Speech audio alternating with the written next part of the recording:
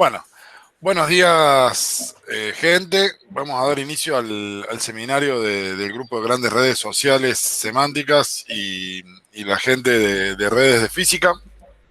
Eh, Hoy nos va a deleitar con una charla Pablo Celayes, que es Dinamizando y Escalando Análisis de Twitter. Pablo es, para los que no lo conocen, yo supongo que la mayoría de los que están acá lo conocen, pero para los que vean el video después, Pablo primero fue licenciado en matemática. Después estudió, además en paralelo estudió licenciatura en computación y después se recibió de licenciado en computación, digamos, con un trabajo relacionado con Twitter, bajo la dirección mía y de un holandés, que no me acuerdo el nombre, cómo era que se llama. René René Nederland. Nerland. Bueno, Nederland. Bueno, y desde ahí seguimos trabajando con el interés de él y de ambos en los temas relacionados a predicción en redes sociales. Y bueno, dimos origen, él fue uno también de lo que aportó para crear el grupo de investigación en el cual estamos varios de los que estamos aquí presentes. Él además trabaja como freelance, digamos, aplicando técnica Machine Learning, y ahora creo que va a aplicar técnica de Big Data. Durante mucho tiempo hemos tratado de diferenciar las dos cosas, pero ahora ya estás casi sumándote al bando del Big Data, Pablo. No, ya me sumé hace 2 años, pero sí. ¿Hace 2 años? ¿Fuertemente? Bueno, así que con ustedes lo dejo ahí. Primero también quiero agradecer a Mariano Barsotti, que está ahí haciendo posible que salga por YouTube la charla. A Pancho, que siempre, bueno, digamos, hacemos la coordinación de estos seminarios, y además este seminario va a ser, también fue un trabajo que fue para rendir la materia de Damián Barsotti, que probablemente al final agrega algunas preguntas a la charla de Pablo. Así que ahora sí, adelante. Buenísimo. Bueno, muchas gracias por la introducción. Una última cosa, Sí. que apaguen las cámaras en lo posible, bueno, no hay tanta gente hoy, y los micrófonos. Y ahí pego de nuevo el link de preguntas para ordenar las preguntas para el final. Perfecto. Buenísimo. Bueno, muchas gracias, Martín, por la presentación. Voy a hacer yo otra presentación. Me tomé la libertad de sumar otro invitado, así que va a estar dando la charla junto conmigo Nehuen González Montoro. ¿Qué tal? ¿Cómo estás?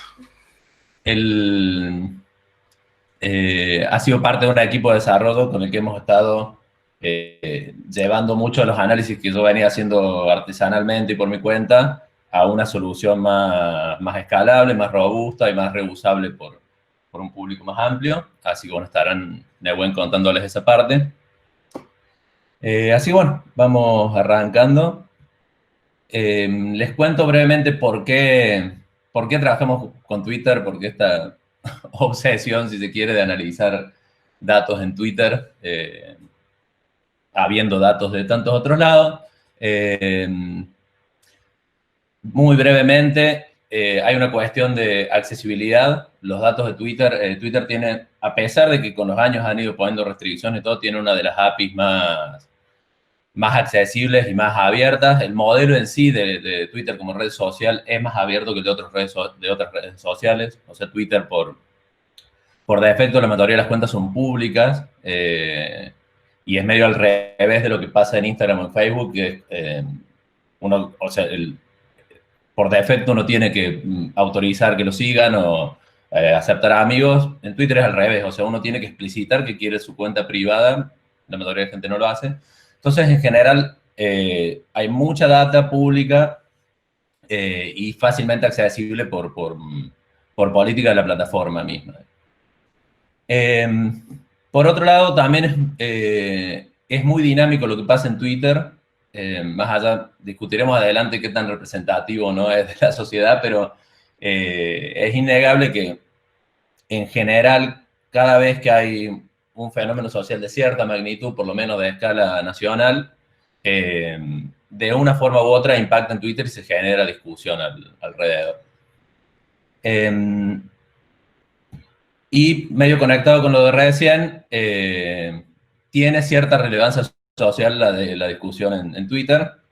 Agrego que eso es una afirmación polémica, porque entre otras cosas, muchas veces se discute que en base de usuarios, no sé cuánto habrá cambiado en los últimos años, pero en realidad Twitter durante mucho tiempo fue una red muy de nicho, y por ahí si bien tenía menos base de usuarios que Facebook en su momento, siempre hubo una gran cantidad de figuras públicas, una gran cantidad de cuentas oficiales de medios.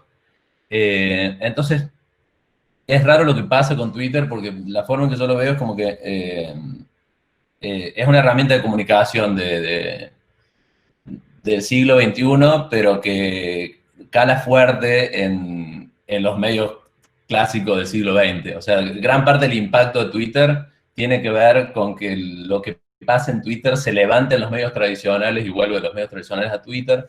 Entonces, más allá de que es polémico decir, bueno, cuánto representa la población, me parece que es innegable que vale la pena estudiar lo que pasa en Twitter, ya sea desde un interés de curiosidad personal, interés político, social, o desde un interés académico también. Tenemos mucha data disponible en tiempo real de interacciones entre gente, de formación de preferencias, de propagación de información, puede ser falsa o no, pero bueno, hay una riqueza de datos y una dinámica que hace que, y no estamos solos en esto, que hace que en general, cuando se hacen análisis de datos en Twitter o trabajos académicos sobre dinámicas sociales, computacionales, se termina recalando en Twitter. Lo cual no quiere decir que le demos la espalda a otras redes, digamos, sigue siendo uno de nuestros pendientes empezar a profundizar en las otras, pero bueno, siempre ha estado Twitter ahí muy a mano. Para darle un poco de contexto a la charla, lo que yo les voy a contar es, ya nombré un poco que por lo menos mi interés por el análisis de datos en Twitter viene de lo académico, pero también viene de lo personal y de lo político y de lo social. Entonces, desde ese trabajo de grado que ya mencionó Martín, que empezamos en 2015, vengo en paralelo haciendo tanto trabajos de Machine Learning y de modelos de análisis de predicción de preferencias o predicción de tendencias, como también análisis más exploratorios de agarrar un fenómeno en particular y tratar de entenderlo un poco más allá del hashtag y del numerito y de la noticia del momento. Entonces, ¿por qué les cuento esto? Porque la charla de hoy, un poco en esos dos frentes, tanto en el análisis como en la recolección de datos, va a tratar de cómo hemos trabajado en el último año y medio para mucho de lo que yo venía haciendo a menor escala y de forma más artesanal, escalarlo y dinamizar. Entonces, como les decía, por un lado están los análisis exploratorios, que uno los puede hacer alrededor de cualquier fenómeno de interés que surja. Por ejemplo, hace 2 años se estuvo dando muy fuerte en Twitter las discusiones alrededor del debate del aborto. Entonces, por ejemplo, uno puede levantar tweets durante unos días, tomar hashtags asociados a las posiciones a favor y en contra, y medir, por ejemplo, el volumen de esos dos fenómenos sobre el tiempo. O, por ejemplo, podemos hacer, digamos, estadísticas simples y contar de un lado y del otro cuáles son los tweets más populares, los más retuiteados. Por ejemplo, acá tenemos los 2 más retuiteados del lado del sí, los 2 más retuiteados del lado del no. Después podemos también, por ahí sofisticando un poco más la cosa, aplicar algunas técnicas de procesamiento de lenguaje natural y allá hacer extracción de temas, detectar temas que por ahí no están explícitos en un hashtag, pero están metidos en la discusión, o generar, por ejemplo, las famosas nubes de palabras, que si bien a simple vista parecen simplemente un conteo de palabras y una visualización de esos conteos, hay cierto nivel de técnicas de procesamiento de lenguaje natural metido porque, entre otras cosas, nos interesa agrupar palabras que son conceptualmente parecidas y contarlas juntas, digamos. Y también nos interesa, de repente, remover palabras que son poco informativas, sino por ahí estas dos nubes estarían llenas de, no sé, artículos y cosas así. Pero bueno, es un panorama de en general lo que uno puede hacer en términos de análisis exploratorio. En la parte de análisis más predictivo entra lo que nombró Martín más temprano, que es lo que fue en su momento mi trabajo de tesis, y viene siendo nuestra línea de investigación en el grupo.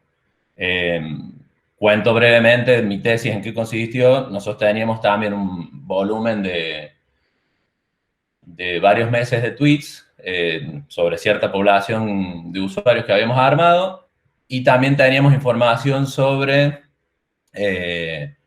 la red de seguidos entre esos usuarios, o sea, a quién sigue cada uno, y en base a eso nos dispusimos a armar modelos que contesten nuestra primera pregunta básica, que es básicamente cuánto determina tu entorno, cuáles van a ser tus preferencias. Entonces, desarrollamos un modelo muy sencillo que, en base a, dado un tweet, en base a la historia dentro de mi entorno cercano, que en ese caso era la gente que yo sigo y el segundo grado de esa relación, o sea, los que yo sigo, los que esos siguen, en base a la actividad de cada uno de esos, pasar muchos ejemplos de entrenamiento y entrenar un modelo de aprendizaje automático de Machine Learning que me sepa decir en situaciones nuevas, en base a lo que pasa en mi entorno, si yo como usuario voy a retuitear algo o no. Entonces tenemos estas dos líneas bien diferentes, digamos, tanto en sus objetivos como en las tecnologías que usan, pero se tocan en muchos puntos. Después dejo ahí en las referencias links a los otros papers, pero bueno, les cuento brevemente que este trabajo después se continuó en la tesis de Matías Silva, que llevó el problema este individual de predecir preferencias de un usuario, lo llevó más a nivel de tendencias, de predecir, digamos, qué tweets van a ser populares dentro de una población dada. Y el paper del que estábamos hablando en la previa con Martín es uno que nos acaban de probar. Es otra tesis de grado, la de Manuel Meriles, que agrega, a estos dos análisis, agrega una dimensión temporal. En los dos casos también se exploró, más allá de que hay un foco fuerte en decir, bueno, ¿cuánto puedo predecir solo en base a la actividad de mi entorno o solo en base a la actividad de ciertos usuarios centrales?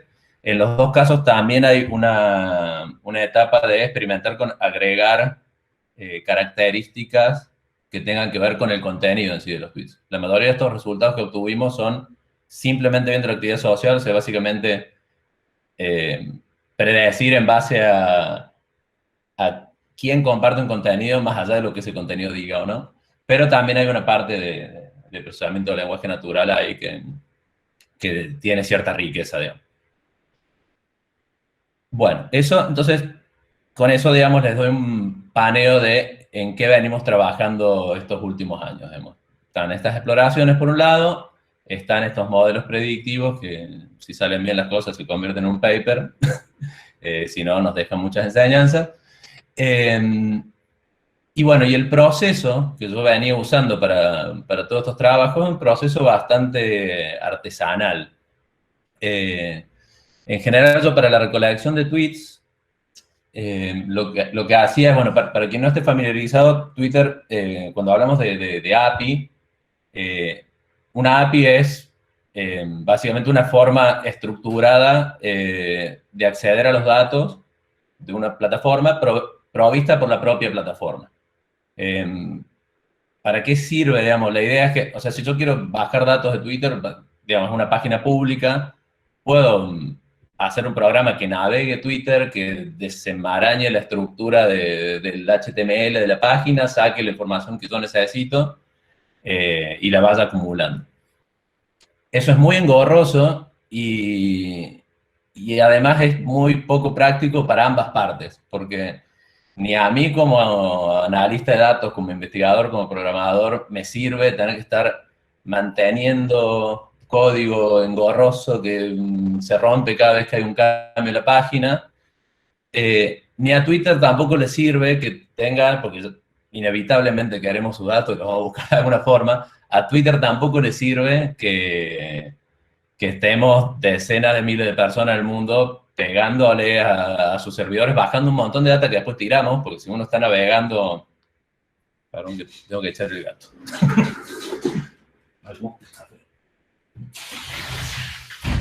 Disculpen la interrupción. A Twitter como plataforma tampoco le sirve que los que necesitamos datos estemos bajando ahora más datos de los que necesitamos. O sea, es realmente un desperdicio de recursos y de ancho de banda que yo me esté navegando cientos y cientos de páginas, de timelines de gente para quedarme, no sé, con el tiempo y el título y el usuario y el contenido de texto y un par de datos más y tiro las imágenes y tiro todo lo demás. Entonces, en general, digamos, reconociendo ese compromiso, ese punto medio, casi todas las plataformas proveen algún tipo de API, algún tipo de forma programática de acceder a los datos. Obviamente con eso ellos también recuperan cierto nivel de control sobre cómo accedemos a los datos, entonces imponen limitaciones de cuánto volumen podemos bajar, de qué tipo de proceso tenemos que pasar para que se nos autorice el acceso a la API, bueno, todas cosas que con los años se han ido también volviendo más engorrosas, pero que siguen siendo, a mi forma de ver, más prácticas que programar un scrapper. Aquí vamos con esto, que bueno, el proceso de recolección, entonces, usa una de las... Twitter provee dos APIs. Una API es la API Streaming, que baja datos en vivo, o sea, seguimos un hashtag o una búsqueda que está activa ahora y nos va devolviendo en tiempo pseudo real información y bueno, y lo que yo tenía para este proceso de recolección es una batería de distintas claves, como cada clave es como un punto de acceso a esta API, o sea, es como una forma de tener como varias mangueras enchufadas ahí a Twitter. Y lo que tenía, bueno, como les digo, uno no puede indiscriminadamente estar bajando con la misma clave, así que tenía cierto nivel medio rústico de esquema rotativo, donde tenía temporizadores que iban usando alternativamente cada una de las claves. Bueno, todo esto lo tenía en un servidor o en una laptop que tengo en desuso, ha ido cambiando durante los años.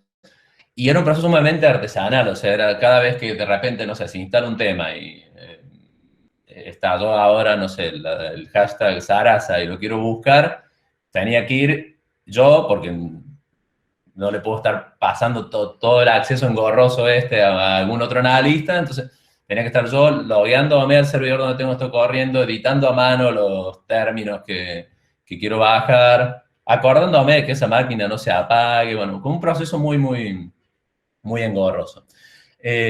Además, al principio era muy poco escalable. Nosotros las primeras recolecciones las estábamos guardando en el SQLite. Después empecé a guardar en MongoDB, donde no solo, digamos, tiene más soporte para escalar el volumen de datos, sino que aparte es más fácil guardar datos sin importar su estructura. O sea, como que podemos guardar la información como la devuelve Twitter y después más adelante decidir qué filtramos. Entonces, bueno, a grandes rasgos ese era mi proceso artesanal de recolección. Y mi proceso de análisis era básicamente usar notebooks de Jupyter. Para quien no haya usado, es un entorno web interactivo, en general basado en Python, con los años he ido extendiendo a otros lenguajes. Y yo tenía notebooks que usando distintas librerías de Python hacían análisis, generaban visualizaciones. Y esto era un proceso que yo tenía que correr a mano cada vez que había un fenómeno nuevo. Y no solo cada vez que había un fenómeno nuevo, cada vez que quería actualizar sobre ese fenómeno. Si yo quiero, no sé, ver lo que pasó en la última media hora, tengo que volver a correr ese notebook y mantener, no sé, copias de ese notebook según distintos fenómenos que está analizando. Eso, bueno, un proceso muy artesanal que no escala y que aparte no nos da velocidad de respuesta. De forma parecida, la parte del modelado también estaba basado en Python y en general usaba eh, los algoritmos incluidos en Scikit-Learn, que son muy buenas implementaciones, pero tienen el problema de que tampoco pueden trabajar con grandes volúmenes de datos. Bueno, entonces, los problemas medio que ya se los describí recién y pasaríamos ahora a contar un poco de las soluciones o de las soluciones en progreso que tenemos. Para la parte de la recolección y también un poco de la parte de análisis exploratorio, lo que surgió a principios del 2019 y en gran parte también motivado por el año electoral y porque nos interesaba un poco empezar a sistematizar nuestros análisis de lo que estaba pasando en las redes, surge dentro del MAP Mueve América Latina, que es una red de cooperación latinoamericana que surgió a fines de 2018 y que tiene como objetivo generar herramientas comunes para analizar la discusión política en las redes, mejorar la comunicación estratégica y también empezar a tener más mecanismos para detectar manipulaciones o campañas espurias, que es algo que está como en el folclore. Se habla todo el tiempo del troll center y ese tipo de cosas, pero muchas veces no se tiene evidencia y está bueno empezar a desarrollar herramientas para detectar ese tipo de manipulaciones. Entonces, en el marco de esta organización y de esta necesidad de generar herramientas comunes, surge la idea de diseñar una aplicación escalable basada en Docker. Esa es la ballenita que está al lado, lo mueve, que permita esto, sistematizar y hacer más robusto el proceso de recolección de datos. Para la otra parte, para la parte de hacer modelos de Machine Learning y hacer modelos predictivos y en general escalar el análisis a que no dependa solo de pequeñas muestras de datos que puedo tener en una sola máquina, esto ya como producto más individual mío y producto final de la materia de Damián que contamos recién, me propuse, en paralelo a todo este trabajo, pasar a Spark, que ya les contaré un poquito más qué es, para quienes no sepan, pero pasar a Spark, que es esta tecnología de procesamiento de Big Data, la mayor cantidad de análisis posibles de los que ya tenía hecho, y los que no pudiera, por lo menos generar un diagnóstico, un informe de cuál es la situación y qué estrategias se podrían tomar para pasar esos otros análisis que me faltan. Así que bueno, el resto de la charla va a ser básicamente Nehuen contándoles sobre la primera línea, la de la implementación de la aplicación, y la tercera parte voy a hacer yo contándoles algunos de los análisis que estuve escalando a Spark. Así que bueno, los dejo con Nehuen para la parte que sigue. Nehuen, vos andá avisándome si querés que te pase la... Me parece mejor si querés, comparto yo la Dale, pantalla. te cedo el mando. Dale, genial.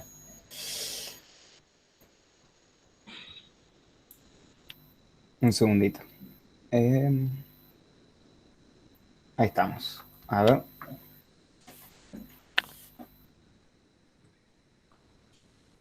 ¿Ahí se ve, Pablo?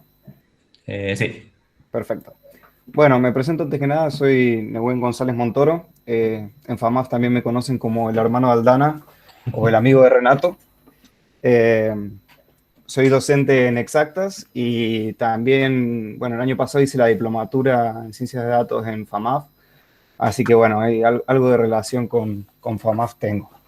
Bueno, la idea era contarles un poco este proyecto que fue Escuchatec, que todavía es, que aclaro, es un proyecto en proceso. Voy a mencionar algunas cosas de la arquitectura y sé que por ahí hay gente que sabe mucho de esto, entonces hay que entender que este es un proyecto que está en proceso y cualquier idea superadora es bienvenida y cualquier ayuda y aporte que quieran hacer también es bienvenido.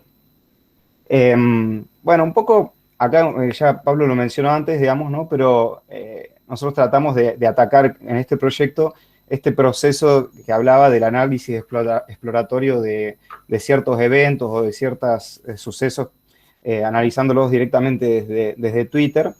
Y un poco el proceso original de estos análisis exploratorios era a través de código Python, que como dijo Pablo, haciendo uso de algunas API keys, que son como llaves para conectarnos a la API de Twitter, a establecer algunos términos de búsqueda y de esa manera abrir un stream de tweets que, así como venían de Twitter, se tiraban directamente en una base de datos, en este caso una base de datos no relacional.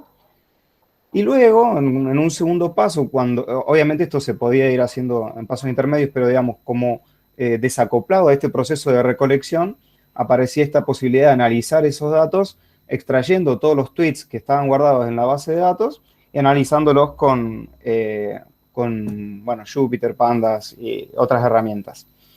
Uno de los mayores problemas digamos, que se nos había planteado originalmente con este proyecto era, bueno, ¿cómo hacemos para que todo este proceso que originalmente o que normalmente lo hace un experto pueda de alguna manera, lo pueda hacer una persona que no tenga conocimiento de estas herramientas, o por lo menos, ¿cómo hacemos para integrar a estas personas que son usuarias de estas herramientas sin que tengan que tener el conocimiento experto del uso de Pandas o de otras herramientas de análisis? Y bueno, acá algunos objetivos que nos planteamos para la aplicación esta, que la de EscuchaTech, y había dos partes principales, ¿no? La primera parte era, bueno, cómo automatizar la recolección de los tweets, que era esta primera parte, ¿no? Y en segundo lugar, cómo automatizar la generación de reportes. En la primera parte, bueno, ahí un poco Pablo lo mencionó, pero a nosotros lo que nos interesaba era que poder hacer un seguimiento o poder tener una respuesta rápida a determinados eventos. O sea, apenas empezaba un evento y queríamos empezar a seguirlo, poder tener una herramienta rápida donde yo pueda cargar los términos de búsqueda y que automáticamente eso empiece a descargar. Además de eso, se nos planteaba la posibilidad de decir, ok, puede suceder que tengamos eventos o sucesos en simultáneo que querramos hacer seguimiento, entonces necesariamente esta aplicación tenía que tener la posibilidad de hacer o abrir streams de tweets para múltiples búsquedas en simultáneo.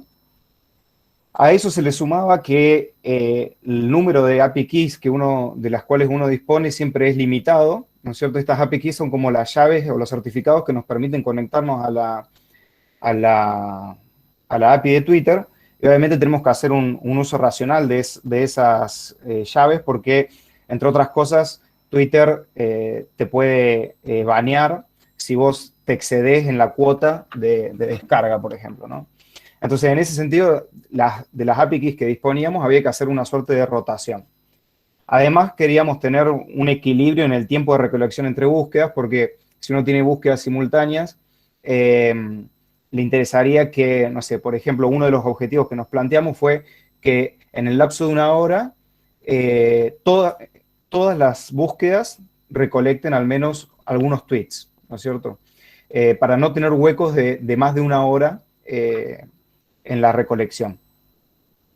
Después, este es uno de los objetivos que se planteó en realidad ya más avanzado, pero la posibilidad de agregar, quitar, cambiar términos de búsqueda. Porque a medida que va avanzando el evento, pueden surgir nuevos términos de búsqueda, un hashtag nuevo, que hacen al evento, y a uno le gustaría poder agregarlo, o sacar, o cambiar algún término de búsqueda que está desactualizado. Y bueno, con respecto a la segunda parte, que era la parte de automatizar la generación de reportes, esto, bueno, en realidad es medio delicado porque cada evento puede necesitar un análisis particular, pero un poco nos habíamos dado cuenta de que hay una serie, una batería de análisis típicos que uno puede realizar sobre cualquier búsqueda que le dan mucha información al cliente, digamos, o si nosotros mismos somos los clientes, como un primer pantallazo que nosotros nos planteamos como objetivo que para cualquier búsqueda uno pueda generar ese reporte de forma automática. Después, obviamente, siempre existe la posibilidad de bajarse todos los tweets y hacer todos los análisis que uno quiera a mano, pero plantear una batería de reportes típicos, ¿no es cierto?, era uno de los objetivos. Y después, bueno, este otro objetivo, que ya lo voy a hablar más adelante, pero es, bueno, tratar de meter en el loop, digamos, ¿no es cierto?, a tanto los clientes como en este caso Pablo, que era nuestro científico de datos, y decir, ok, tenemos una necesidad nueva, nos gustaría poder ver tal gráfico o analizar tal situación y que sea de alguna forma sencilla ese análisis que originalmente se hacía en una notebook, se pueda incorporar sin demasiada modificación a la aplicación de una forma sencilla, lo pongo entre comillas ahí. Y bueno, por otro lado, también estábamos buscando que la aplicación fuera escalable, ¿no? O sea, poder adaptarnos a los diferentes volúmenes de búsquedas, ¿no? O sea, si a medida que vamos aumentando la cantidad de búsquedas, que esto no se rompa, digamos, ¿no?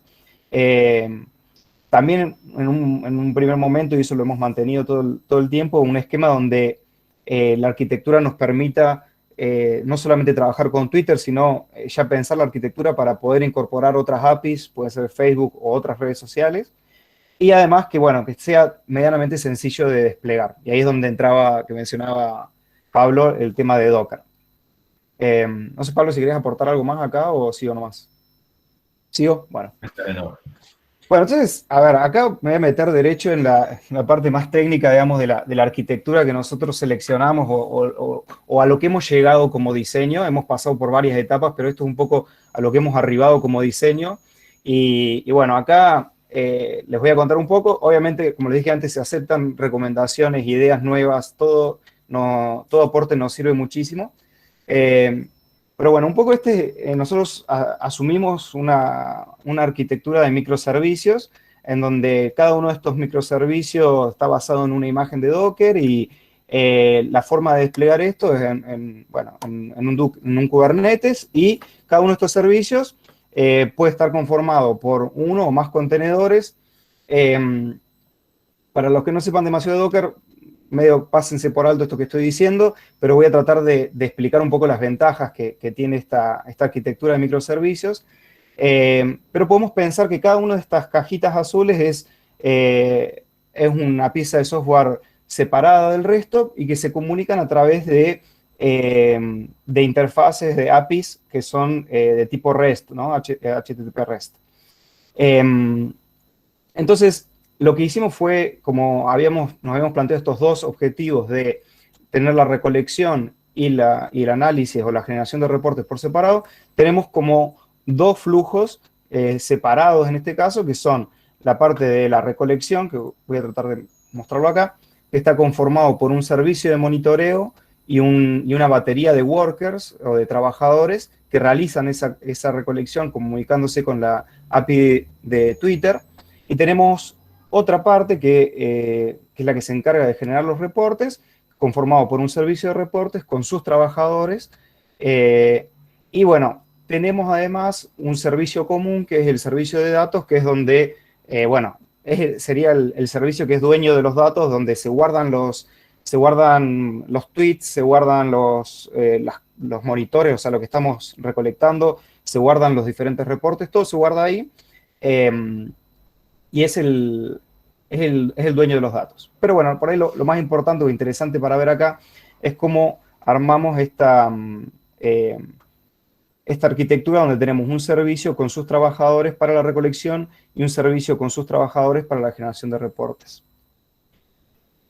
Bien, entonces, ¿cómo funciona un poco esto? Yo les voy a mostrar acá un flujo simplificado de cómo se haría la recolección y cómo se generarían los reportes.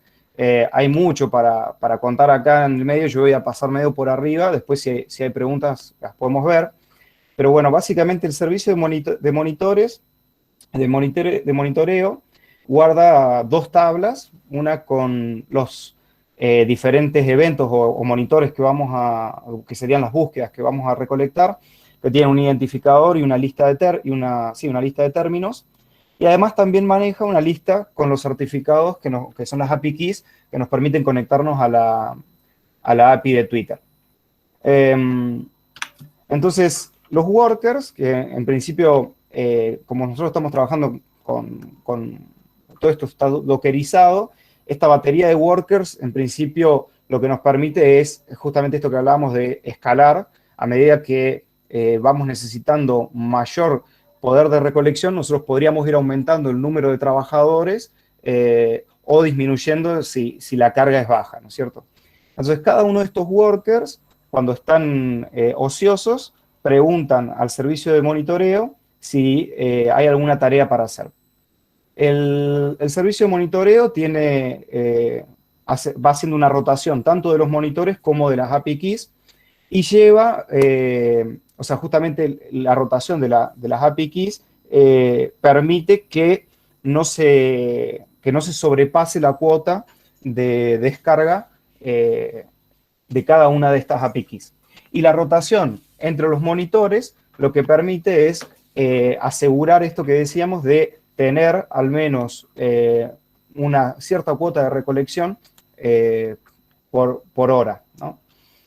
Entonces, con estas dos rotaciones selecciona una búsqueda y selecciona una API key y se lo pasa al worker y le dice, ok, bueno, tenés que, para esta búsqueda en particular, con este certificado y con estos términos de búsqueda, conectate a la base de datos, perdón, a la API de Twitter y establecer un string. Entonces, el worker, o sea, esto puede haber muchos workers haciendo esto en simultáneo, ¿no? El worker abre un stream en Twitter con los términos de búsqueda y empieza a recolectar. Y cada cierto tiempo va a guardar en bulk al servicio de datos los tweets que haya recolectado. Por ejemplo, no sé, acá le puse 1000 tweets. Cada 1000 tweets guarda en el servicio de datos. Esta recolección tiene un tiempo asignado por el servicio de monitoreo y que ese tiempo de recolección está calculado para que todos los eventos recolecten al menos una vez por hora. Bueno, y ese es un poco el proceso de recolección. Una vez que el worker terminó, le avisa al servicio de monitoreo que terminó. Y acá, cuando le avisa que terminó, además le pasa ciertos mensajes acerca de si la recolección fue exitosa o, por ejemplo, le pasa información de si nos hemos pasado en la cuota o por alguna razón Twitter nos está avisando de que esa API key está en infracción. Si la API key, o sea, si la búsqueda termina exitosamente y no hubo ningún problema, el certificado ese, el API key, se libera para ser utilizado nuevamente.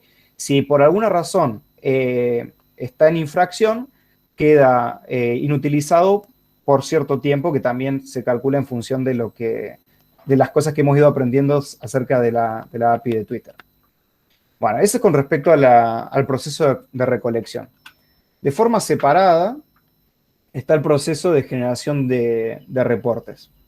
La generación de reportes básicamente se hace en dos pasos. El primer paso es solicitar un reporte y lo solicitamos con el ID del monitor o del evento que queremos generar el reporte.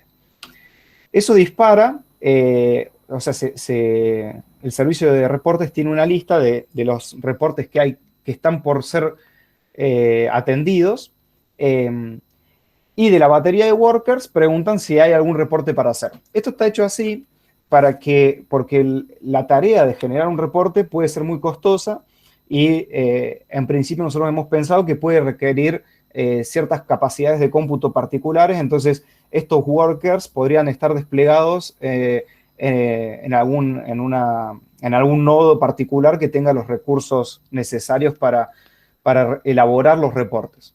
Entonces, de la misma manera que en el servicio de monitoreo, el worker le pregunta al servicio de reportes si hay alguna tarea, el servicio de reportes le responde si hay alguna tarea por hacer, le responde sí, busca este ID y este report ID. De esa manera, el worker con el ID se conecta al servicio de datos y se trae todos los tweets que se hayan recolectado hasta ese momento con ese ID. Genera un reporte y el reporte acá, esto es algo interesante, digamos, está generado pensando, digamos, ¿no? O sea, ya está todo procesado acá, digamos, ¿no? Lo que vuelve como reporte en realidad es una lista de gráficos y tablas en formato textual. Enseguida lo voy a mostrar en la demo eso. Pero tenemos un formato textual que en realidad es como una lista pueden ser gráficos o tablas, y eso vuelve al servicio de reportes. Para poder ver ese reporte, en este caso el frontend, tiene que volver a preguntar. Entonces, por eso decía que se hace en dos partes. Primero, porque esto necesariamente lo teníamos que hacer asincrónico porque puede tardar mucho la generación de reportes. Entonces, primero pido que se genere y luego, por polling, voy preguntando si ya está listo ese reporte. Entonces, una vez que el reporte ya está listo, perdón, me fui para otro lado, una vez que el reporte ya está listo, el servicio de reporte se lo pasa al frontend y en este caso nosotros como el reporte es una lista de gráficos y tablas en formato textual, utilizamos un estándar que se llama Vega, enseguida lo voy a mostrar. El frontend lo único que tiene que hacer es iterar sobre esa lista e ir renderizando uno por uno los diferentes gráficos o tablas para mostrárselo al cliente. Bueno, esto es un poco lo que nosotros teníamos en mente o tenemos en mente que sería donde queremos llegar. Un poco hasta dónde hemos llegado. Al día de hoy lo que tenemos es todo lo que conté, pero la parte del servicio de reportes con los workers de esta manera, con réplicas, digamos, no lo tenemos todavía implementado. Esa es la deuda técnica que tenemos al día de hoy, pero todo el resto está funcionando tal cual como se los conté.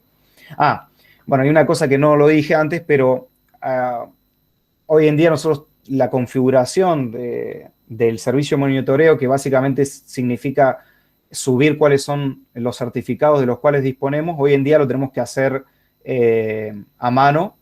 Eventualmente nos gustaría también que el frontend tenga esa posibilidad para hacer esa configuración. Bueno, no sé, Pablo, si querés mencionar algo acá o si muestro directamente la demo. Vamos nomás. Dale. Bueno, voy a mostrar ahora. Nosotros tuvimos una primera versión que salió el año pasado y de esa primera versión estuvo en uso y la verdad que fue una experiencia muy interesante porque las personas que estuvieron usando esta primera versión en su gran mayoría no tenía conocimientos de análisis de datos con las herramientas que nosotros normalmente usamos.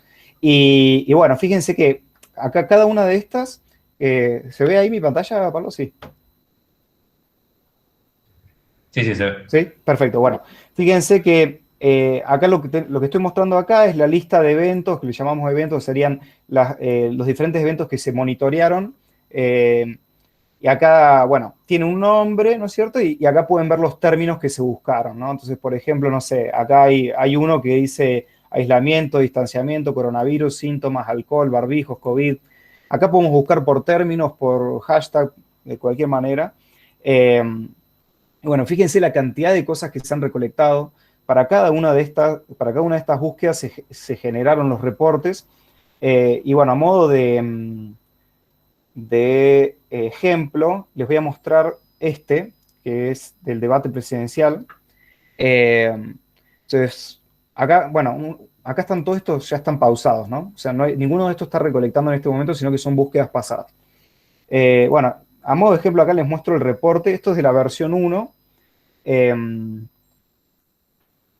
Ahí, mientras carga el otro, pero es lo mismo. A ver, ahí está, sí, es el mismo. Esto es un poco la pinta que tenían los reportes en la primera versión de la aplicación.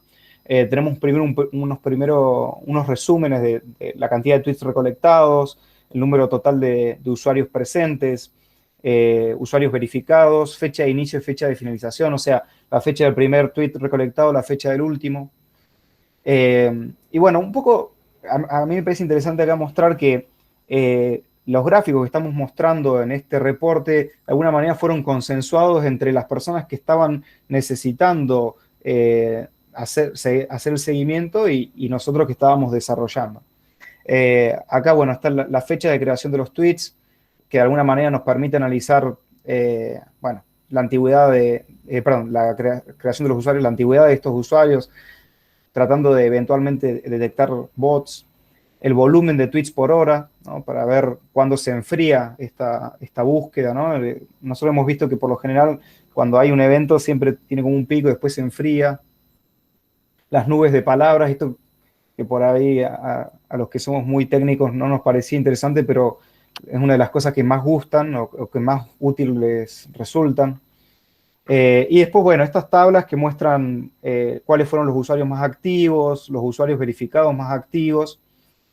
Y bueno, el top de hashtags. Y este es un poco el reporte típico que teníamos en la versión 1.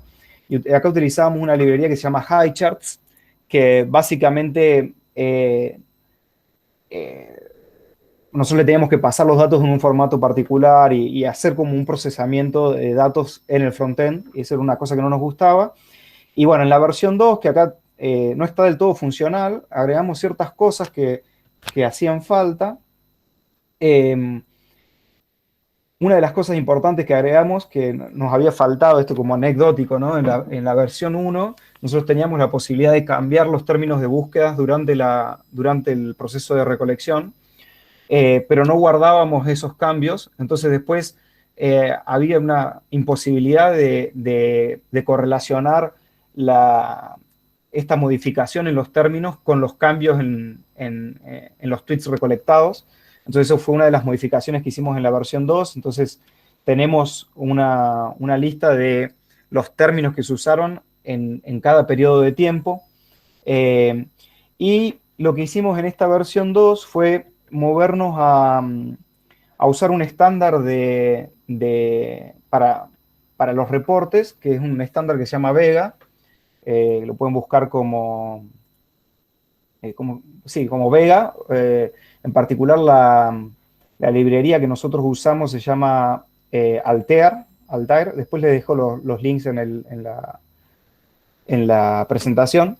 Pero bueno, lo interesante de esta librería es que no solamente que podemos generar gráficos mucho más interesantes, digamos, más ricos, sino que nos daba la posibilidad de justamente tener o cubrir este objetivo, que era poder incluir nuevos gráficos, nuevas tablas en el reporte de una forma sencilla. ¿Por qué? Porque nosotros definimos al reporte como una lista de objetos que están en este formato estándar, que es el Vega, ¿no es cierto? Que tiene esta pinta, ¿no es cierto? Un formato textual que ya está estandarizado. Entonces, eso fue lo que nos permitió de alguna manera cubrir este objetivo de que sea medianamente sencillo agregar nuevas partes del reporte utilizando el mismo formato. ¿Por qué? Porque el reporte es simplemente eso, es una lista de objetos estándar, y lo que el frontend hace es iterar sobre esa lista y renderizarlos utilizando el estándar definido. Bueno, esto es un poco la pinta del nuevo. Sí. Para hacer énfasis, digamos, la riqueza que está en que, bueno, Altair, que mencionaste, es una librería de Python que la podemos usar desde los Jupyter Notebooks, que son donde, digamos, los que estamos del lado del análisis o de la ciencia de datos vamos experimentando. Pero lo interesante, como decían, bueno, es que esa misma herramienta que usamos en los notebooks exporta a un formato que se puede directamente renderizar en el frontend. Antes de eso había toda una traducción entre análisis que hacíamos con Matplotlib u otras librerías y más o menos convertirlos a lo que podíamos mostrar en HighCharts. Ahora ese proceso es directo. ¿Cuánto te queda de charla de lo otro para ir cerrando con esta parte? 10, 15 minutitos. Bueno, entonces vamos cerrando con esto, así llegamos. Ya estábamos en la última parte. Buenísimo. Bueno, cierro entonces.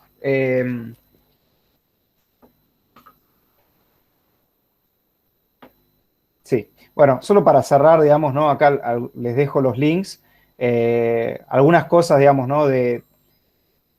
Como moraleja, más allá de los objetivos particulares, creo que es sumamente rico esto de trabajar o sea, hemos trabajado con gente que necesitaba hacer los análisis de estos eventos.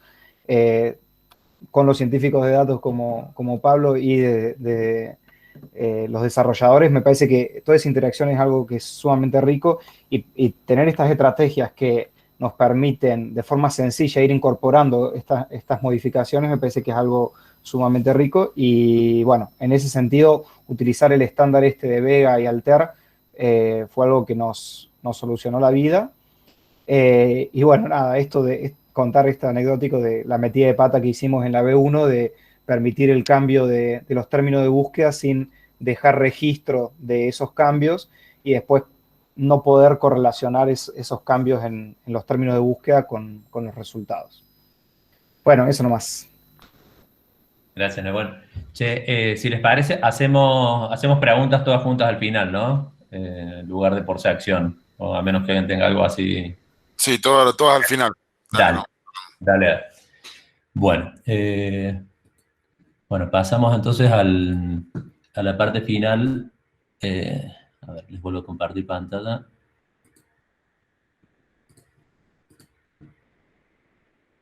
¿Se ve pantalla?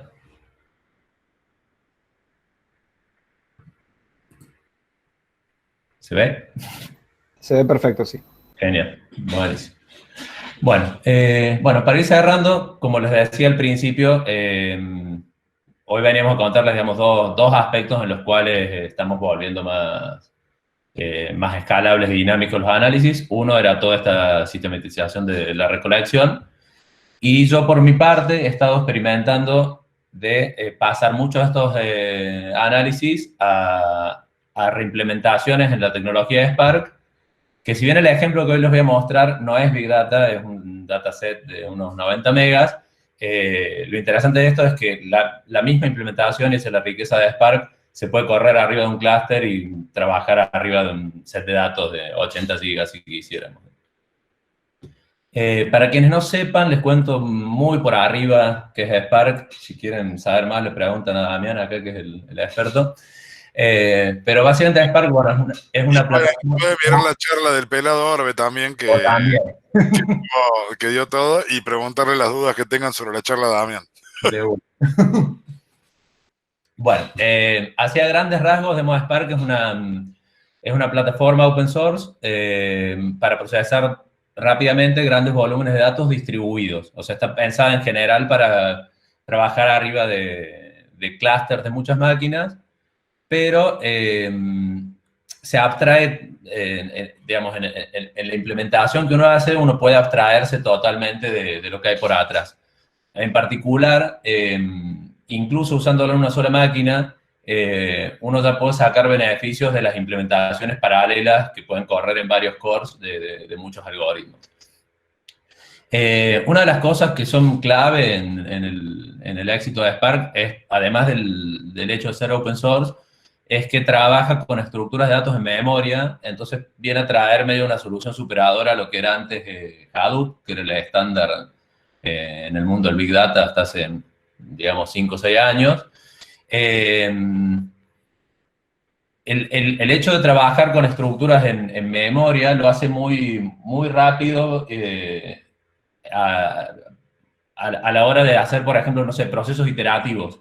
Que antes en Hadoop estaba todo muy basado en leer de disco, procesar y volver a guardar, y había mucha sobrecarga de tiempo de entrada-salida. Entonces, en eso es como muy dinámico y bueno, eso ha generado mucha adopción porque es fácil generar análisis sin tener que esperar horas, esperando a veces 5, 10 minutos, 20, pero con los volúmenes de datos que uno trabaja es nada comparado a lo que era antes.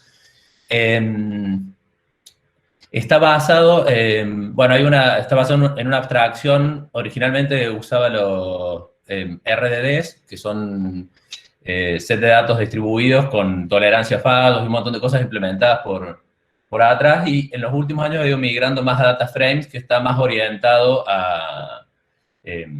al análisis de datos y son datos más estructurados, digamos, algo más del estilo de lo que sería un data frame en Pandas, donde ya no es simplemente una bolsa de datos genéricos, sino que tiene una cierta estructura de columnas tipadas y con con nombre. Lo cual también permite por atrás implementar un montón de optimizaciones específicas a las estructuras de datos con las que estemos trabajando. Spark está desarrollado originalmente en Scala, pero provee APIs para usarlo desde el propio Scala o desde Java, Python, R, e incluso implementa su propia variante del lenguaje SQL para que incluso, no sé, analistas que no tienen quizá un conocimiento de ningún lenguaje de programación procedural puedan simplemente escribir sus queries y traer datos y generar análisis. Otra cosa muy interesante de Spark es que tiene una riqueza de librerías para distintas aplicaciones muy grande. De hecho, gracias a que he esperado 3 años para hacer el proyecto final del curso que dio Damián sobre Spark en el 2017, en ese tiempo han evolucionado y crecido un montón de soluciones para lo que yo necesitaba hacer, que eran estos análisis en Twitter, digamos, en particular. Era por eso, claro, ahora entiendo. Sí, no era de vago, estaba esperando que evolucione la tecnología.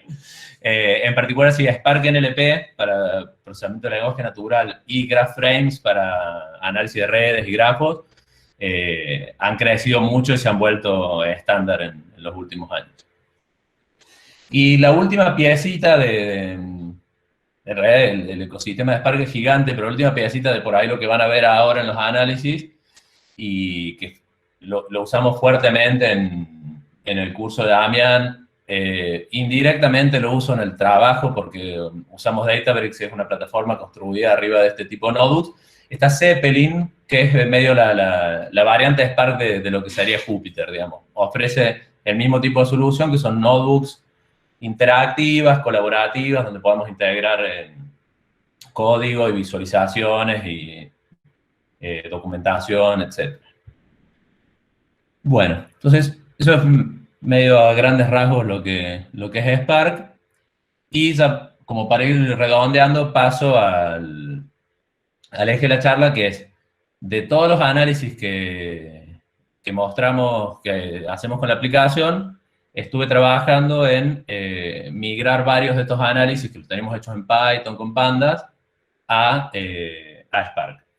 Voy a aprovechar estos análisis para ilustrar un poco algunas características de Spark, en particular de la API DataFrames y de estas dos librerías que mostré. Y bueno, obviamente en 10 minutos no puedo profundizar mucho, pero mi idea es que se lleven de acá, digamos, una intuición de cómo se programa en Spark y también que le pierdan el miedo. Por ahí, si uno nunca ha hecho cosas de Big Data, piensa que hay un nivel de complejidad, que lo hay, pero está muy abstraído por el framework, que me parece que es una de las grandes claves del éxito de Spark. Entonces, bueno, ahora les voy a mostrar algunas de las adaptaciones de los análisis y voy a ir haciendo algunos comentarios. Los datos que usé para este, así a modo de caso de estudio, son del mismo fenómeno que mostró Nehuen recién. De hecho, son datos que bajamos de MongoDB, de la instancia donde estaba corriendo la aplicación. Así son estos datos. Alrededor del debate presidencial del 20 de octubre del año pasado, son búsquedas alrededor de estos hashtags. Son unos 248.000 tweets y son 91 megas nomás. Así que todo esto que van a ver es Big Data de juguete porque corre en mi máquina, pero sobre Spark. Entonces, bueno, el primer paso para empezar el análisis es leer los tweets estos que nosotros, digamos, los habíamos exportado a un CSV, usando un poco de código Python que teníamos ahí.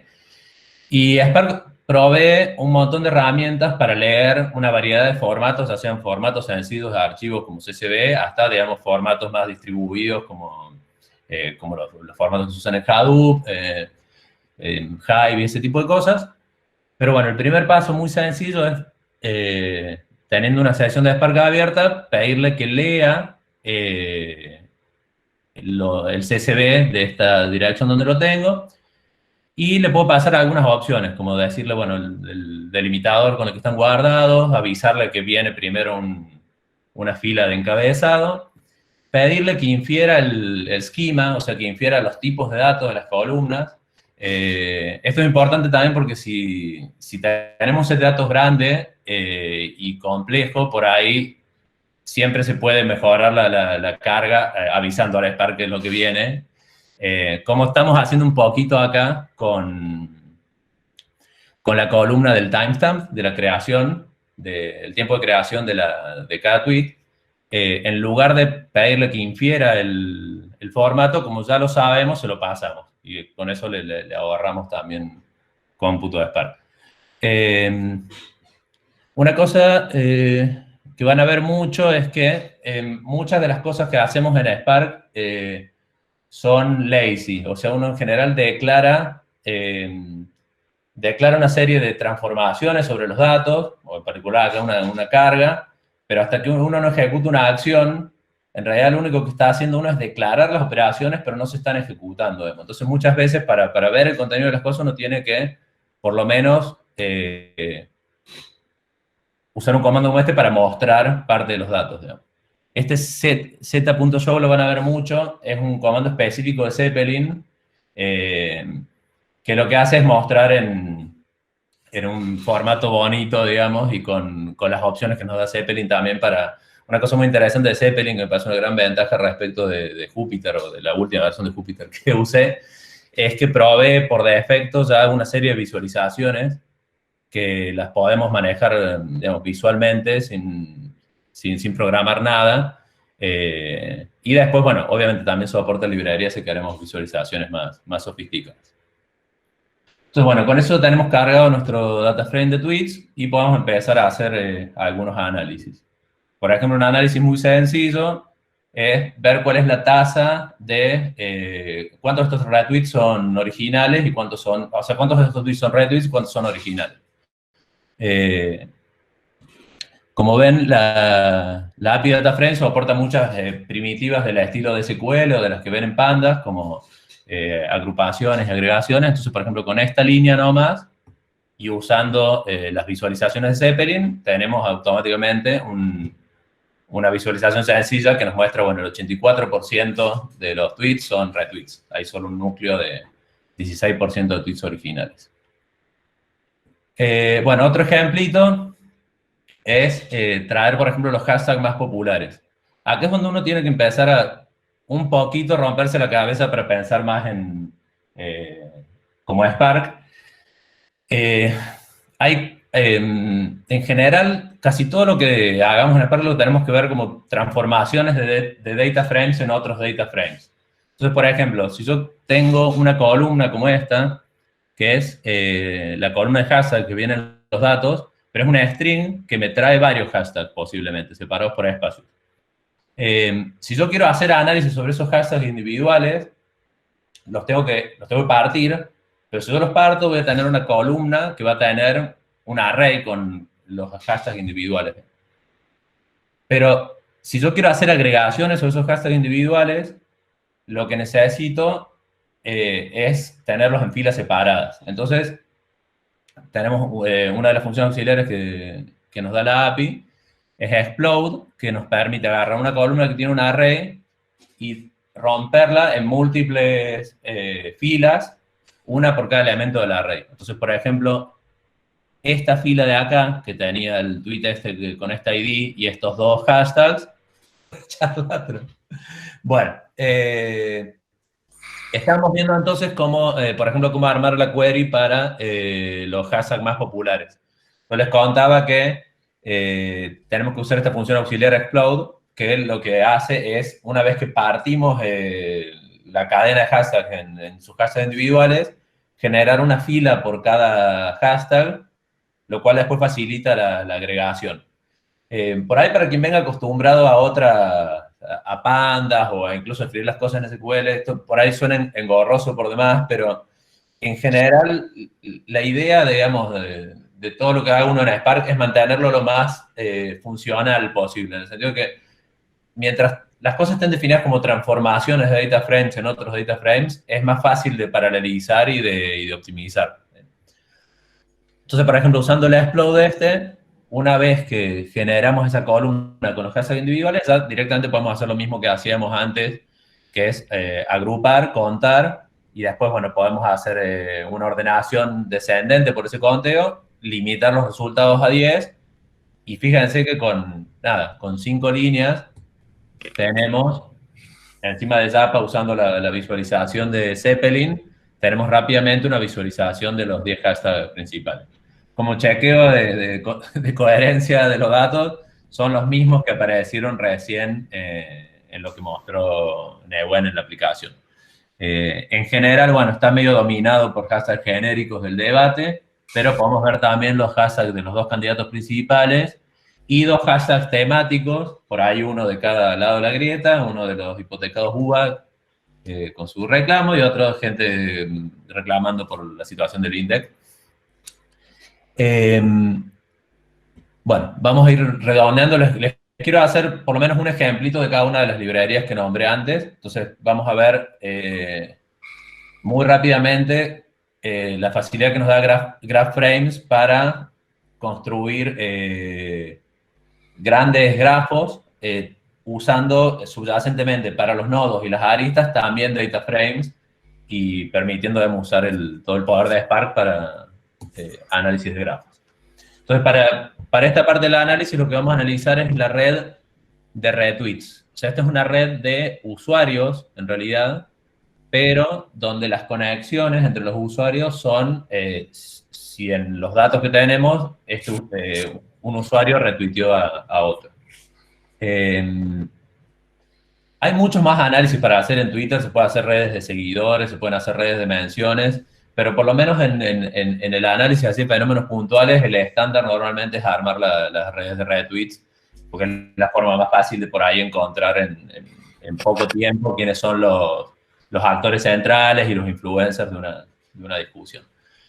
Bueno, fíjense que la API que provee GraphFrames es bastante sencilla. Lo único que tenemos que hacer es construir un data frame que van a ser los vértices, donde hay que declararle una columna ID, que es cómo vamos a identificar cada vértice. Entonces acá lo que hacemos es seleccionamos los user ID y los username de todos los tweets, recreamos una columna extra que se llama ID, que va a ser el username en nuestro caso, podría haber sido el ID, pero es más intuitivo identificarlos por nombre, y sacamos los duplicados, ¿no? Porque esto es un dataset de tweets, así que hay muchas apariciones de cada usuario y solo nos interesa quedarnos con usuarios únicos.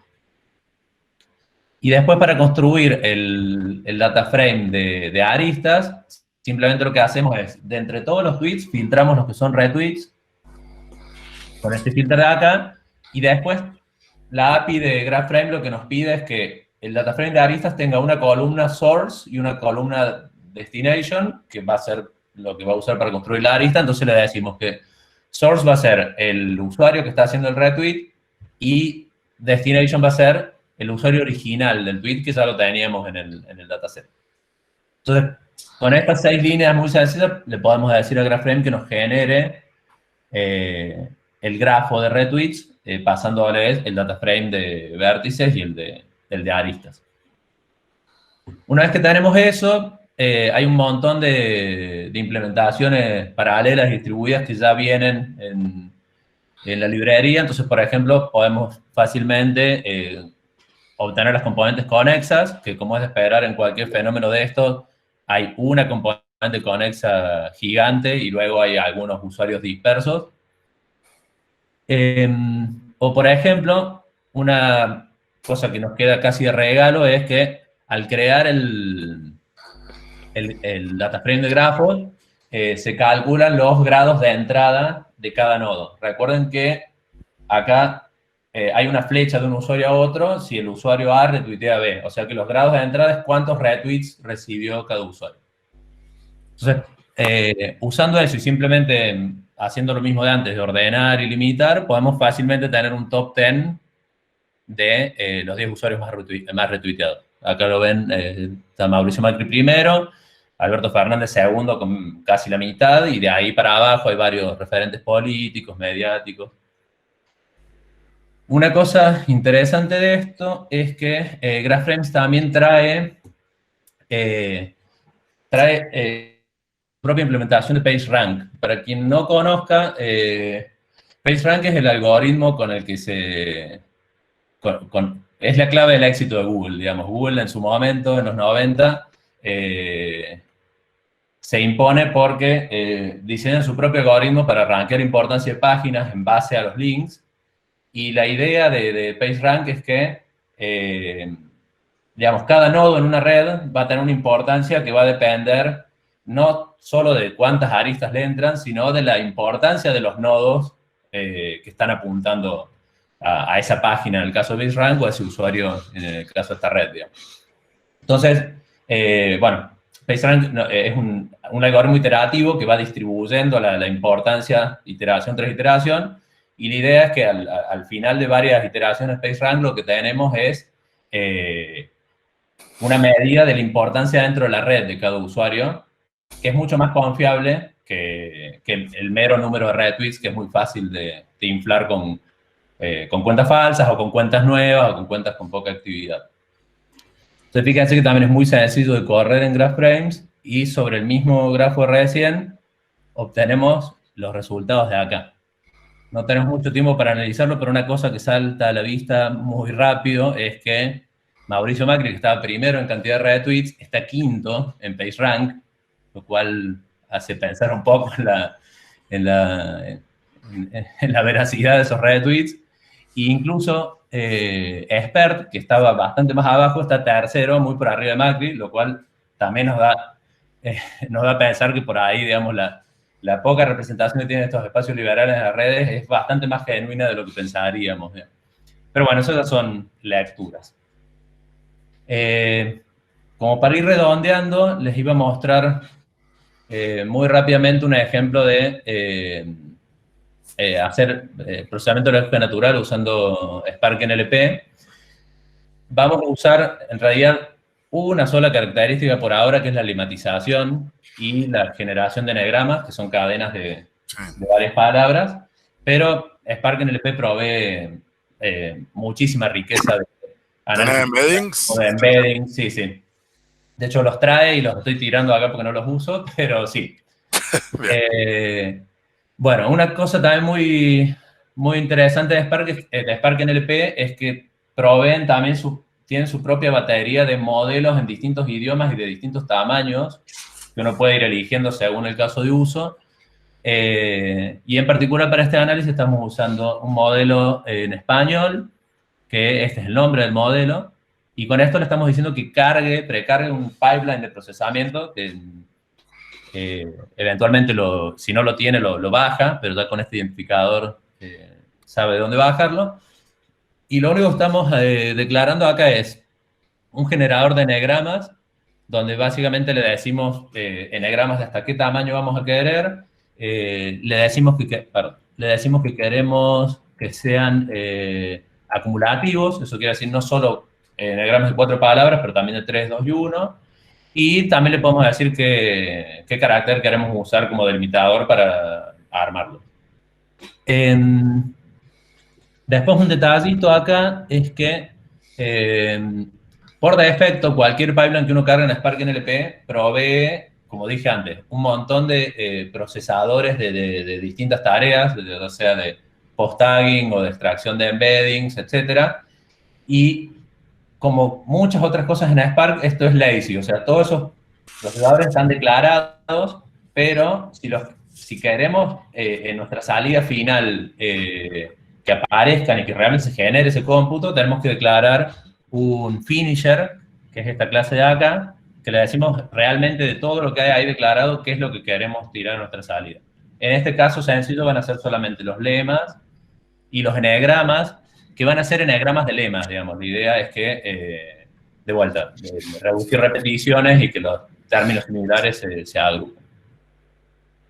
Bueno, entonces como para ir redondeando, les muestro, bueno, una cosita más que hicimos acá para que sea más eficiente el análisis es, como vieron antes, el dataset tiene un 80% de retweets, o sea, hay un montón de texto repetido que no nos interesa procesarlo tantas veces. Entonces, lo que vamos a hacer es, nos quedamos solo con los tweets originales pero juntamos una columna con el conteo de retweets, para que todos los conteos que hagamos los podamos después multiplicar por su cantidad de retweets para tener la cantidad real de ocurrencias de cada término en el dataset. Entonces, definiendo esa transformación, nos quedamos solo con los originales, nos quedamos con el texto nomás, los unimos con los conteos de retweets, que ya los tengo calculados de antes, y bueno, para eso lo que pasa con GraphFrames, hay como, la API pide que las columnas tengan ciertos nombres. Entonces, en particular, Spark NLP va a procesar un data frame que tiene una columna que se llama text.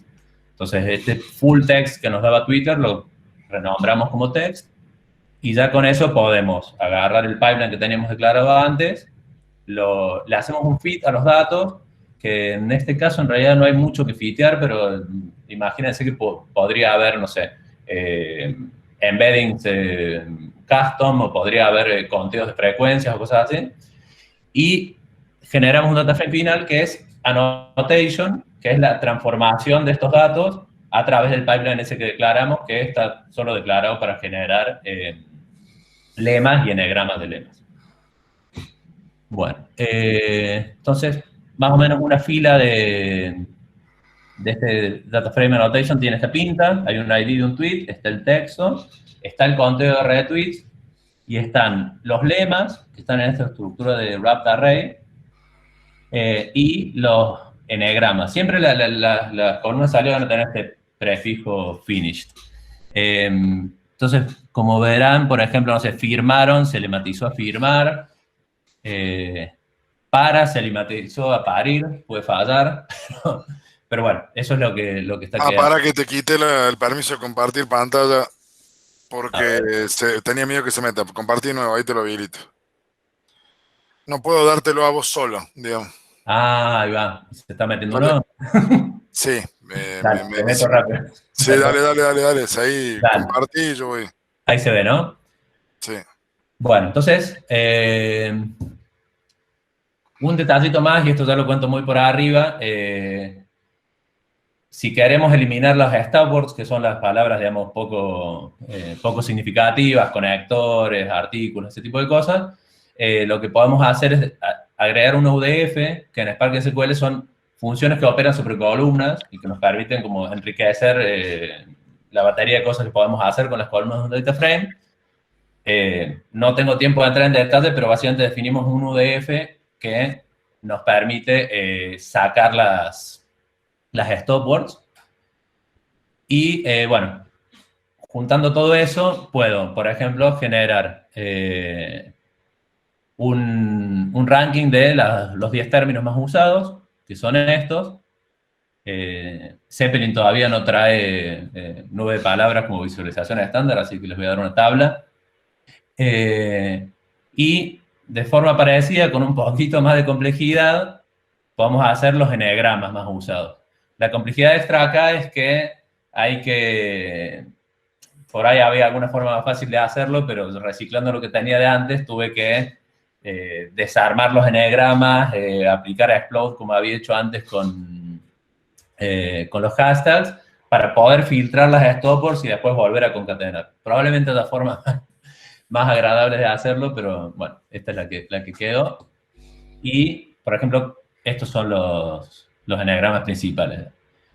Lo interesante de esto es que todos estos análisis que han estado viendo, si bien, como les digo, los corrí en mi laptop con 90 megas de tweets, tranquilamente el mismo código se puede correr arriba de un clúster y procesar 80 gigas de tweets, que los tenemos, ya les voy a contar por qué. Porque todos los detalles de la orquestación del clúster, de la distribución de tareas, de la tolerancia a fallos, todo eso lo maneja Spark. Obviamente, si entendemos un poco qué pasa por abajo, a veces es más fácil entender por qué fallan las cosas cuando fallan, pero es una gran riqueza que da Spark poderse en gran medida abstraer de todo eso. Bueno, se ha ido un poco largo con la incursión de los trolls, pero ya casi para ir redondeando, les cuento algunas ideas que nos quedan como próximos pasos, algunas cosas que están en desarrollo. Una es justamente integrar con la aplicación, con EscuchaTech, por ahí para que sea transparente, habría que migrar algunas de estas cosas a PySpark, que es la implementación en Python, pero se puede hacer. Una cosa que me quedó por probar es en GraphFrames usar Graph Queries, que son queries de tipo SQL, pero orientadas a grafos, con cosas que uno no podría declarar en SQL, como por ejemplo nodos que estén a cierta cantidad de saltos atrás de cierta relación o cosas de ese estilo. Análisis de sentimiento, que por lo menos hace 2 o 3 meses cuando probé el pipeline en español de Spark NLP no traía análisis de sentimiento. Topic modeling, que sí se puede hacer y de hecho ya con el pipeline que tengo armado queda casi de regalo, es una tarde más, pero se puede hacer. Aplicar esto a un dataset grande, una anécdota de cuarentena que me queda es que en el proceso de probar Escúchate, lo dejé corriendo en una laptop que tengo acá atrás y quedó 2 meses y pico recolectando tweets sobre el COVID. Yo ni me acordaba, de hecho, se me volvía llenando el disco cada 15 días, borraba cosas, se volvía a cenar. Y cuando lo quise identificar, bueno, encontré un volumen de Docker de 60 gigas que está lleno de tweets que todavía no sé ni qué tienen, pero lo tengo guardado ahí. Así, bueno, hay tela para cortar. Y después, bueno, como paso siguiente es justamente la parte de modelos predictivos, o sea, usar toda esta familiaridad que ahora tenemos con Spark para muchos de los análisis que hemos hecho, que hemos generado publicaciones, pasarlos a Spark y remover por ahí muchas de las...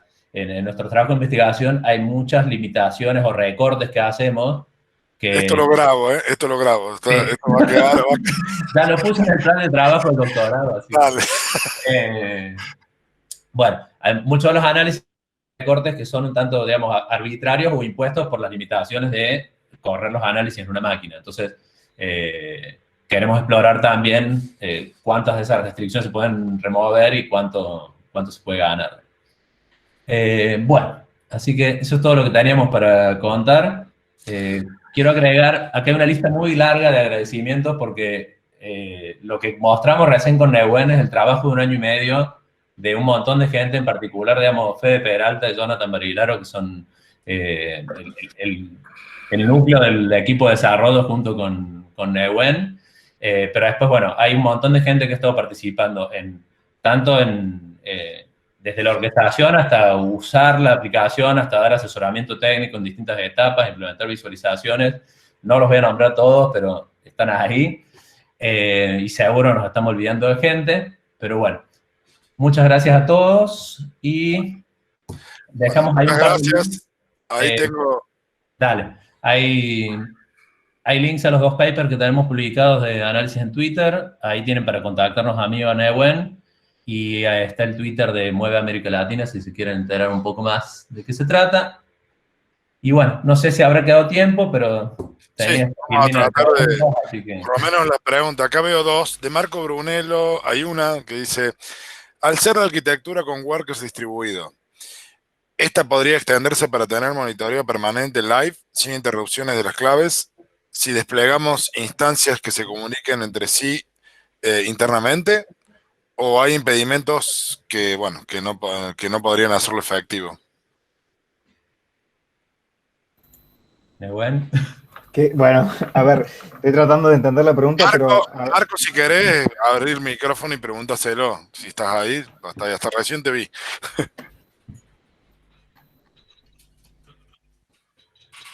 No te escuchamos, Marco. Ajá.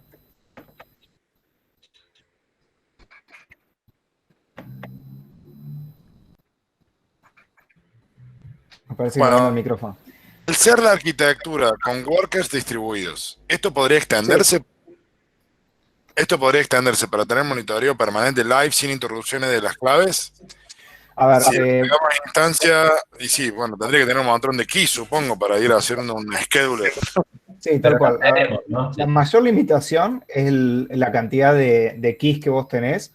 Esto está pensado, en este momento, no sé, suponete que tenés 10 keys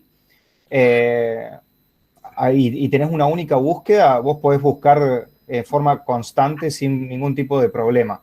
Ahora, a medida que vos aumentás la cantidad de búsquedas simultáneas, tenés que empezar a repartirte las keys entre las diferentes búsquedas y ahí sí te empezás a limitar, ¿no es cierto? Ahora, si tenés, por ejemplo, digo, si tenés una única key y vas a poder hacer una única búsqueda en simultáneo, ¿no? O haciendo como una multiplexación por división de tiempo, que es lo que tenemos nosotros, te va a quedar media hora para una búsqueda, media hora para la siguiente, media hora para una, media hora para la siguiente. Pero mientras vos tengas los certificados disponibles, puedes hacer búsqueda en tiempo, o sea, todo en tiempo real, ¿no?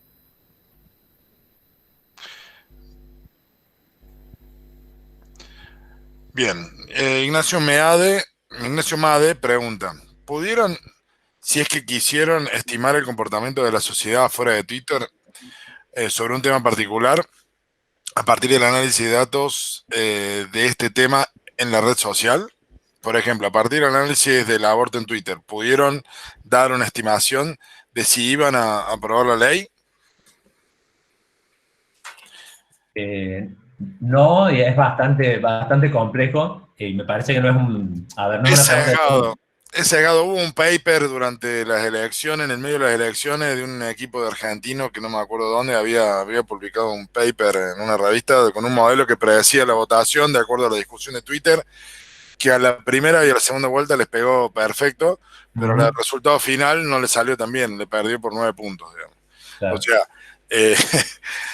yo no, para ahí sí yo creo que, o sea, es una pregunta que vale la pena tenerla presente siempre, y creo que siempre hay un cierto mapeo entre lo que pasa en las redes y lo que pasa en la sociedad, o al revés, pero es muy dependiente de cada fenómeno y es muy un problema para trabajarlo interdisciplinariamente. O sea, no creo por eso te digo, el mismo evento, la votación y todo, sí. digamos, no es, o sea, y no es constante, digamos, o sea, es absolutamente dinámico, digamos, no queda claro. Pero sí es algo que nos planteamos permanentemente, como, o sea, y no solo desde el lado computacional, sino con la gente de comunicación y con los equipos por ahí de sociólogos, de otra gente que está involucrada en esto, siempre tener presente que, o sea, Twitter, como decía al principio, o sea, Twitter para mí es un actor de peso en la sociedad por la sinergia que tiene con medios tradicionales y con levantados que hacen en otras redes, y no solo por Twitter en sí mismo. Y esas relaciones son complejas, ¿no? Respecto a la adquisición de datos, Twitter provee de algún servicio API pago, ¿no? Donde poder consultar los tweets de una determinada zona y en un periodo de tiempo dado. O sea, para atrás tenés una cantidad, pagando no sé si tenés acceso a los tweets históricos para atrás que quieras y de una zona en particular. Sí hay APIs pagas. O sea, a ver, la API que mostramos es la API de streaming que monitorea en vivo. Después está la API, hay una API estándar, no me acuerdo cómo se llama, que permite traer cierto nivel de historial para atrás. En cuanto a la parte de la búsqueda geográfica, se puede con las dos, pero depende mucho de que los usuarios hayan declarado su ubicación también, o sea que es como que... Pero el para atrás en la paga podés irte todo lo que quieras, para atrás no me queda claro. En la gratis no te vas todo para atrás si no tenés una cierta cantidad de tweets para atrás, digamos, en una ventana fija, que si el usuario es muy activo, tenés menos tweets para bajar, digamos. Las APIs pagas, la última vez que me fijé, que debe hacer ya fácil 2 años, también tenían sus limitaciones, pero eran como amplias, eran tipo, no sé, 2 años, digamos. La API gratis tenés una limitación mixta de tiempo más cantidad de tweets. Es como, no sé cómo será ahora, pero por decir algo, 2 meses o 200 tweets, lo que pegues antes, digamos. La sabemos bien porque nos hemos chocado contra ella cuando queremos. Sí. Depende también de todas formas, eso también, esa limitación que decíamos en particular, es sobre el timeline de un usuario específico. Sí. En estas búsquedas que por ahí son más globales, no sé ahí cómo funciona, porque en realidad creo que, o sea, te pueden dar una muestra suficientemente grande cierto tiempo para atrás, pero sí hay limitaciones. Bien, hasta acá no tengo ninguna otra pregunta. No sé si Damián está por ahí todavía, sí. si querés abrir el micrófono y arranca vos con las preguntas técnicas. Dale. No, son poquitas preguntas, más de cuestiones curiosidad propia. Una pregunta, ¿te fijaste si se puede mezclar transformadores y estimadores entre Spark NLP y Spark ML? Sí. En un mismo pipeline. Sí, sí. De hecho, es la parte que te digo que no llegué a hacer de LDA, pero LDA en principio... Sí, sí, sí, sí. Sí, de hecho, a ver si me parece que... ¿El tipo pipeline es el mismo? Ya en el pipeline chiquito que hice, claro, ves, fíjate, acá cuando el pipeline es un pipeline de Spark ML. Y ese pega, claro, el preentrenado de NLP, el de los enegramas y el finisher Pero bueno. Bien. Y a partir de eso me llamó la atención. Hiciste una stop word remover a mano con UDF. Viene uno en Spark ML y viene otro en Spark NLP. ¿Por qué no lo usaste? Porque no los encontré. Sí. Bueno, buen dato. Dale. Sí, no, por ahí había una cuestión que era más fácil trabajar sobre un UDF que te da más flexibilidad. Quería meterlo UDF en algún lado.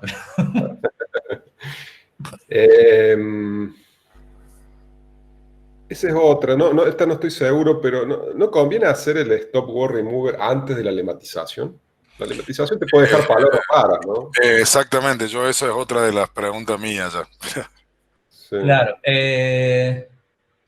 Sí, en realidad no me animé a hacerlo antes por desconocimiento de cómo funciona la lematización abajo y básicamente la duda que a mí me quedaba era si, o sea, por ahí si el lematizador es piola, capaz está usando información sintáctica del contexto de la palabra para mejorar el lema. Probablemente no, porque si convirtió para en parir, debe ser bastante bobo.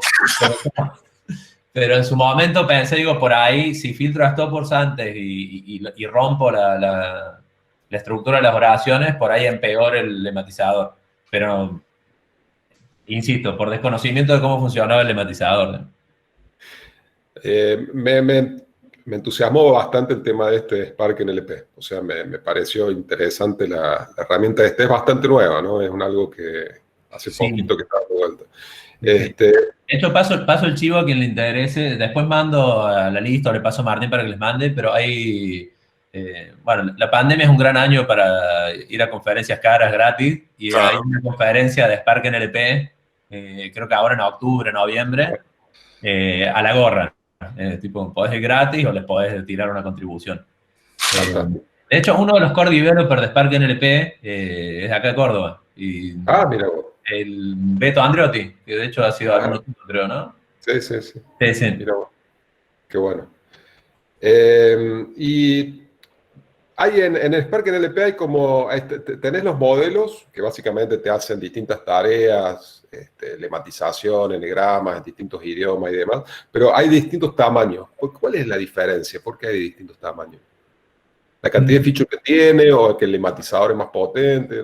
No entendí bien. Sí, me parece, creo que hay un mix de todo. O sea, el corpus en el que están entrenados, probablemente las cosas que proveen, me acuerdo haber visto en algún momento una tabla, pero es como que no todos proveen todas las características. Y después, bueno, es como según la aplicación que le vayas a dar, porque por ahí te interesa, digamos, que pese 50 megas y poderlo cargar fácil, o te interesa optimizar más, digamos, precisión y no te molesta cargar un modelo de 2 GB, digamos, pero parece que es más dar esa flexibilidad entre prestaciones y peso. Y por último, Spark, ¿qué te pareció Spark NLP? Vos tenés muchísima experiencia profesional. ¿Te pareció que está crudo, le falta un poco, hay que esperar o se puede usar ya en producción? No, está bastante maduro. Yo en particular, digamos, o sea, yo con Spark estoy trabajando a diario hace 2 años. Bueno, no conté ahí de mi experiencia profesional, pero estoy trabajando como Data Scientist para Upwork. Y o sea, dentro del equipo nuestro ya hay gente usándolo en sus modelos. Yo en particular, las tareas con las que estoy están un poco alejadas de NLP, por eso no lo estoy usando, pero se está usando mucho en producción, digamos. Ha madurado mucho y a un ritmo muy acelerado. Creo que en el último año, o sea, hoy por hoy o sea, me hace acordar un poco el camino que hizo en el mundo Python Spacey, como que apareció como una mini alternativa en NLTK y después como que se convirtió en una alternativa como mucho más seria, con modelos, digamos, más state of the art y más optimizados. Y Spark NLP encima, bueno, no tenía mucha competencia, porque más allá de Spark ML no había nada específico en NLP, pero sí es un producto bastante maduro. Buenísimo. Gracias, Pablo. Bueno, gracias. Te paso una libreta por chat. Fíjate de escribirte, porque creo que... No, sí me escribí. Sí, ¿ahora en septiembre? Sí, me volví a escribir. Genial. Buenísimo. Bueno, un abrazo a todos. Los Bueno, dejo muchas gracias a todos. Perdón por la invasión troll. Pero bueno, un abrazo. Los dejo porque tengo que hacerme cargo de mi familia. Nos vemos. Chau, chau. Gracias a todos por venir. Chao, Pablo. Nos vemos. Chao. Gracias, Nahon.